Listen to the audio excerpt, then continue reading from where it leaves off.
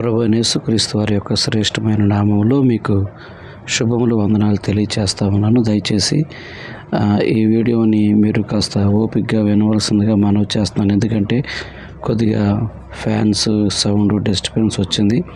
అయితే వినగా మీకు చక్కగా అది అర్థమవుతుందని నేను భావిస్తున్నాను. కాబట్టి కొద్దిగా ఓపిక చేసుకొని వినవలసిందిగా మనవి చేస్తున్నాను. మీకు వందనాలు. దేవుడు ఏమై ఉన్నాడో తెలుసుకుని ఆరాధించే క్రమంలో ఈరోజు మనం దేవుడు మనలను గమనిస్తూ మనం చేసే చిన్న పనిని కూడా, చిన్న త్యాగాన్ని కూడా మరిచిపోని దేవుడుగా ఉన్నాడు.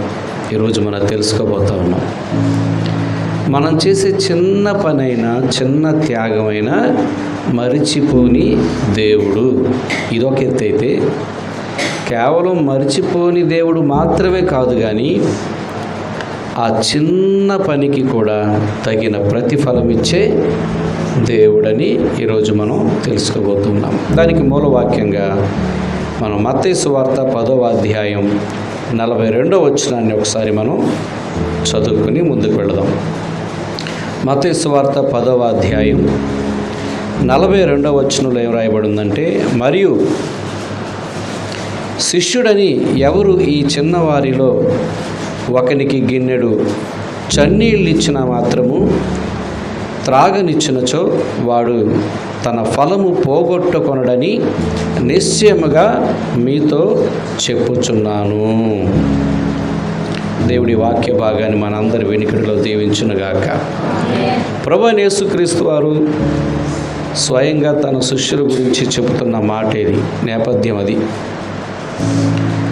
ఆయన శిష్యులను సేవకు పంపిస్తూ, మీరు ధైర్యంగా వెళ్ళండి, మీరేమీ ఆలోచించొద్దు, మీరేమి ఇబ్బంది పడద్దు, ఎలా తినాలి, ఎలా ఉండాలి, ఎలా బ్రతకాలన్న ఆలోచన మీకొద్దు. ఇదిగో నేను మిమ్మల్ని నా సేవకులను గుర్తించి, నా శిష్యులను గుర్తించి, ఎవరైనా మీకు ఓ గిన్నెడు చన్నీళ్ళు ఇచ్చినా నేను వారిని ఏం చేస్తానన్నాడు ఆయన? వారి ఫలం వారు పొందుకుంటారు అని సెలవిచ్చాడు. అంటే మనకేం అర్థమవుతుంది అంటే, దేవుడు ప్రతి చిన్న పనిని కూడా గమనిస్తాడు. ఇది కేవలం సేవకులకు మాత్రమే కాదు. శిష్యులు అంటే ఎవరు వస్తారు? ప్రభువును నమ్మిన వాళ్ళు కూడా వస్తారు. శిష్యులుగా ప్రభువును నమ్మిన పిల్లలు కూడా మీలో మీరు ఒకరితో ఒకరు, ఒకరికొకరు చిన్న సహాయం చేసుకున్నా దేవుడు తగిన ఫలం ఇస్తాడు. కాబట్టి ఇక్కడ మనకి ఏం నేర్పిస్తున్నాడు దేవుడు? మనల్ని ఎటువైపుకి నడిపిస్తూ ఉన్నాడంటే, మంచిని చేయడం వైపుకి మనల్ని నడిపిస్తున్నాడు. మంచిని నేర్పిస్తున్నాడు. మంచి చేయడానికి మనలను ప్రోత్సహిస్తూ ఉన్నాడు.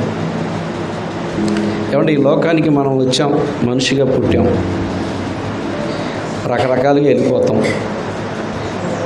ఎవరు వెళ్ళిపోయినా ఏమి పట్టుకెళ్ళేదైతే ఏమి ఉండదు. ఎంత సంపాదించుకున్న అన్నీ మన తర్వాత వాళ్ళకో లేకపోతే అలా వదిలి వెళ్ళిపోవడమే. మరలా వచ్చే అవకాశం ఏదైనా ఉందనుకోండి, అప్పుడు మనం ఏదైనా చేయడానికి ప్రయత్నం చేయొచ్చు. అరే నేను పోయిన జన్మలో ఏమి చేయలేకపోయాను, నలుగురికి మంచి చేయలేకపోయాను, నా వల్ల నలుగురికి మంచి జరగలేదు, ఏ చిన్న పని కూడా చేయలేకపోయాను, ఇంకో జన్మలో చేస్తాననుకుంటాకి మనకు ఇంకో జన్మ బైబిల్ ప్రకారంగా లేదు. ఈ ఒక్కటే జీవితం. ఈ భూమి మీద మనిషిగా మనకు ఉన్నది ఒకే ఒక్క జీవితం.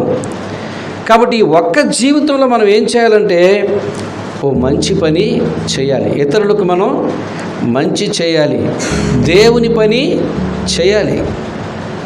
అది ఏ చిన్నదైనా పర్వాలేదు, ఎలాంటిదైనా పర్వాలేదు. కాబట్టి మనం జ్ఞాపకం చేసుకోవాలి, మరలా తిరిగి రాము కాబట్టి, ఈ దారి గుండా మరలా ఈ మనం తిరిగి రాము కాబట్టి, వెళ్ళేటప్పుడు ఏం చేసుకుంటూ వెళ్ళాలి? నలుగురికి మంచి చేసుకుంటూ వెళ్ళాలి. చెప్పండి, మన వల్ల ఎవరికైనా నలుగురికి మంచి జరిగిందంటారా? మనల్ని మనం పరిశీలన చేసుకుందాం ఒకసారి. నా వలన ఎవరికైనా మంచి జరిగిందా? నా వలన ఎవరికైనా ఒక మేలు జరిగిందా, కీడు జరిగిందా? ఒకరికి దారి చూపించానా, ఒకరి దారికి అడ్డం పడ్డానా, ఒకరికి అన్నం ఒకరు కడుపు నిండే విధంగా నేను ఏమైనా సహకరించానా, లేదా కడుపు కొట్టానా, ఎవరికైనా ఓ మంచి చేశానా లేదా కీడు చేశానా,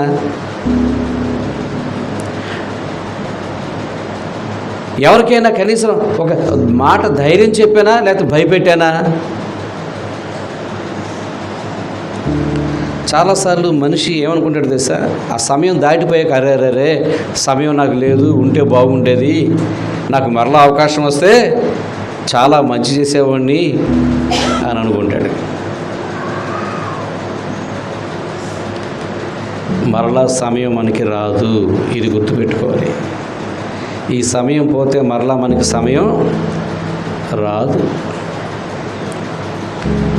నేను బాగా బాధపడే విషయం ఏంటంటే, ఆల్రెడీ నేను చచ్చిపోవాల్సిన మనిషిని నాకు తెలుసు. నాది మే 4వ తారీఖున నా దినం కార్యక్రమం, కరోనా రెండోసారి వచ్చినప్పుడు నాకు అది స్పష్టత ఉంది. నేను ఎప్పుడు ఏం ఆలోచిస్తానంటే, మళ్ళీ ఎందుకు బతికాను, ఈ పొందిన ఎగస్ట్రా ఆయుష్ నాకు ఎందుకు ఇచ్చాడు దేవుడు? ఏం చేయడానికి ఇచ్చాడు? భార్య బిడ్డలతో బాగా సుఖించడానికా, లేదా ఇంకా బాగా సంపాదించుకోవడానికి నాకు ఈ టైం ఇచ్చాడా? లేకపోతే నువ్వు సరిగ్గా ఈ భూమి మీద ఎంజాయ్ చేయలేదురా, బాగా సరిగ్గా తినలేదు, బాగా తిననా? ప్రతి ఒక్కరూ ఇది ఆలోచించాలి. ఈ ఆలోచన కానీ వచ్చేస్తే మనలో దేవుని కార్యాలు మనలో జరుగుతాయి. చప్పట్లు కొట్టండి. చూడండి, భక్తుడైన దావీదు అంటాడు, నా దినములు లెక్కించుట నాకు నేర్పించు. నీ దినాలు లెక్కించడం నేర్పిస్తే ఏం చేస్తావు? నాకు అర్థమవుద్దు కాబట్టి నేను ఇంకా ఎంత నడవాలో నీలో అంత నడుస్తాను, ఎంత నీ ప్రజలకు సేవ చేయాలో అంత చేస్తాను, ఎంతగా నీకు నమ్మకస్తుడిగా ఉండాలో అంత నమ్మకస్తుడిగా ఉంటా, ఎంత యథార్థంగా బ్రతకాలో అంత యథార్థంగా బ్రతుకుతా. అందుకోసం అడిగాడు కానీ ఈ రాజ్యాన్ని వెళ్తాకి, ఆ రాజ్యాన్ని వెళ్తాకి, ఇంకా ఆ దేశాన్ని, ఈ దేశాన్ని, దానికోసం కాదు. ఎంత చక్కగా అడుగుతాడు, నా బ్రతుకు దినములు లెక్కింప నేర్పుము, దేవాని భూమిని వీడు గడియ నాకు చూపుము, ఇంకొంతకాలము ఆయుష్ పెంచుము, నా బ్రతుకు మార్చుకొందును సమయము నిమ్ము. ఎందుకు అడుగుతున్నాడు?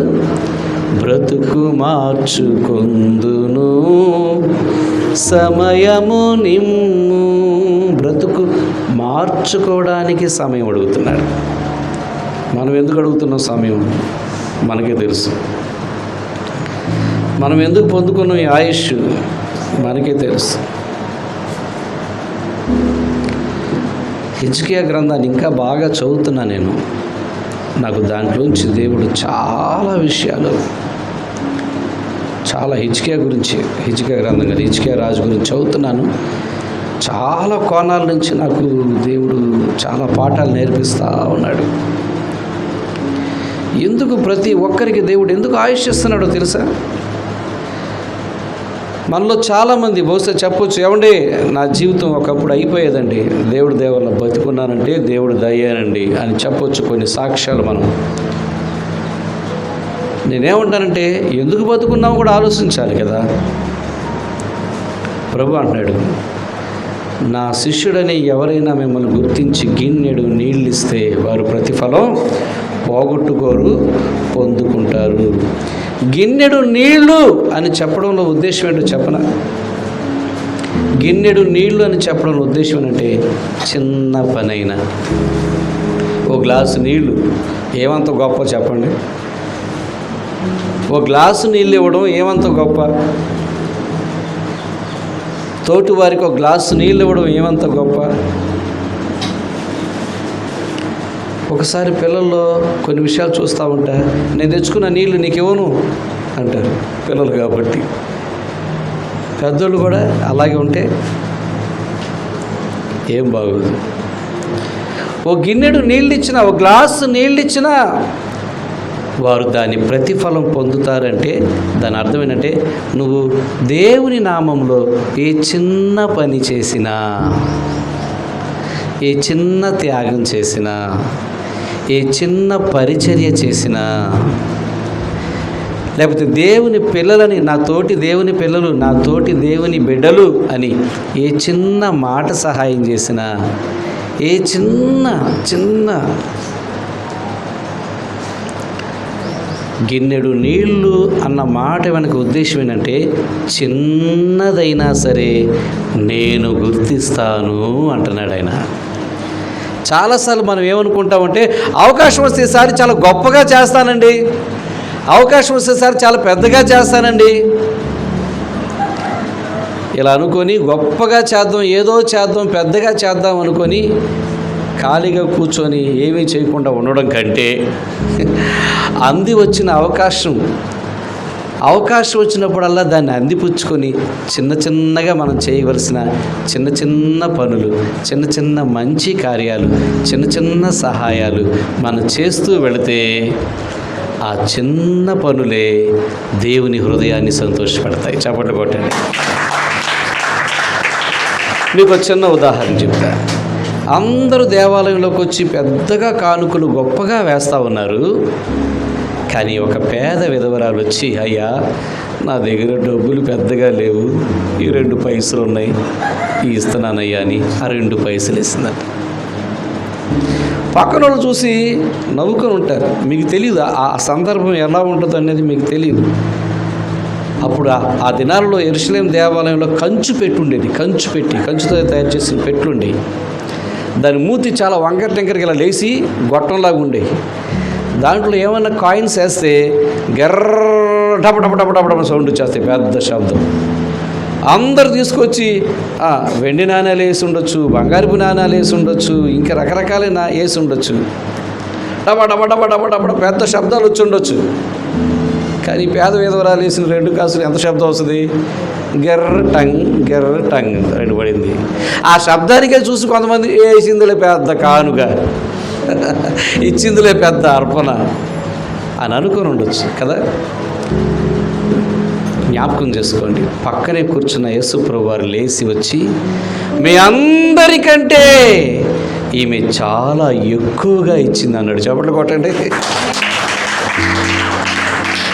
అందుకే నేను ఎప్పుడు చెప్తాను, ఇచ్చేదానికంటే ఇచ్చే మనిషి ముఖ్యం, మనసు ముఖ్యం. చిన్న త్యాగాన్ని, చిన్న పనిని, చిన్న సహాయాన్ని దేవుడు గొప్పగా చూసే దేవుడు. మన దేవుడు గొప్పగా చూసే దేవుడు. కాబట్టి అందరికీ ఆయన అందుబాటులో ఉన్నాడా లేదా?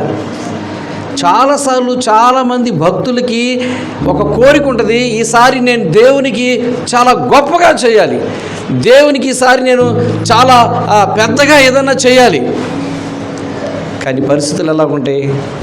కష్టంగా ఉంటాయి.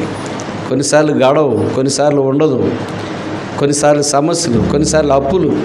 అందుకే చాలామంది మొక్కుకున్న మొక్కులు తీర్చుకోలేక చాలా కాలం బాధపడుతూ ఉంటారు. దేవుడు అవకాశం ఇస్తే ఈసారైనా తీర్చుకోవాలన్న ఒక బాధ కలిగి ఉంటారు భక్తితో. కానీ ఈరోజు మనం ఆరాధిస్తున్న దేవుడు ఎలాంటి దేవుడు అంటే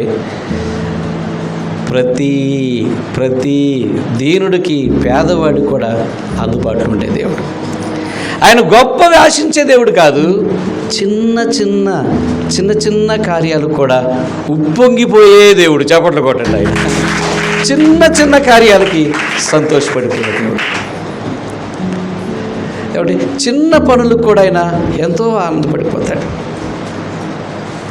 ఆ చిన్న హృదయం, మంచి చేయాలన్న ఆ చిన్న మనసు దేవుణ్ణి గెలుచుకుంటుంది. కాబట్టి ఆయన అన్నాడు, నా శిష్యులని ఎవరైనా మిమ్మల్ని గుర్తించి మీకు గిన్నెడు ఓ గ్లాసు నీళ్ళు ఇచ్చినా నేను వారికి ప్రతిఫలం ఇస్తాను, వాళ్ళు ఆ ఫలాన్ని పోగొట్టుకోరు అని స్పష్టంగా ఆయన చెప్పడం చూస్తా ఉన్నాం. ఇందులో రెండో విషయం ఏంటంటే తన ఫలము పోగొట్టుకోడు అన్నది. ఫలము పోగొట్టుకోడంట. చాలాసార్లు కష్టపడతాం, చాలాసార్లు దేవుని పని చేస్తాం, చాలాసార్లు దేవునికి సహాయం చేస్తాం.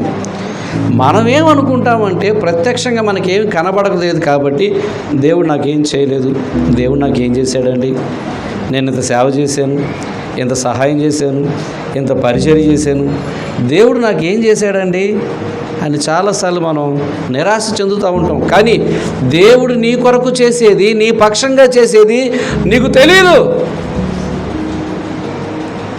కొన్ని తెలుసుండొచ్చు, కొన్ని తెలియవు. అందుకే భక్తుడు ఇలా రాశాడు, ఆయన కార్యములు కంటికి కనబడవు, చెవులకు వినబడవు, హృదయానికి గోచరం కావు. మనం చూసేవే కొన్ని, మనం చూడకుండా పొందేవి చాలా. ఏది ఏమైనా ఒకటి వాస్తవం ఏంటంటే ఆయన ప్రతిఫలం ఇచ్చే దేవుడు. చేసిన పనిని బట్టి ఆయన ప్రతిఫలం ఇవ్వకుండా ఉండడు. హెబ్రీ పత్రికలో మన 6వ అధ్యాయం 10వ వచనంలో చూడండి, ఒక చక్కటి మాట ఉంటుంది.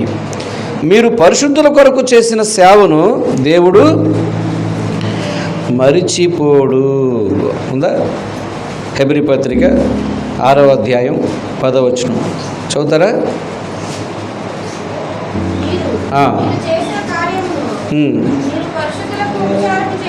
మీరు పరిశుద్ధులకు ఉపచారము చేసి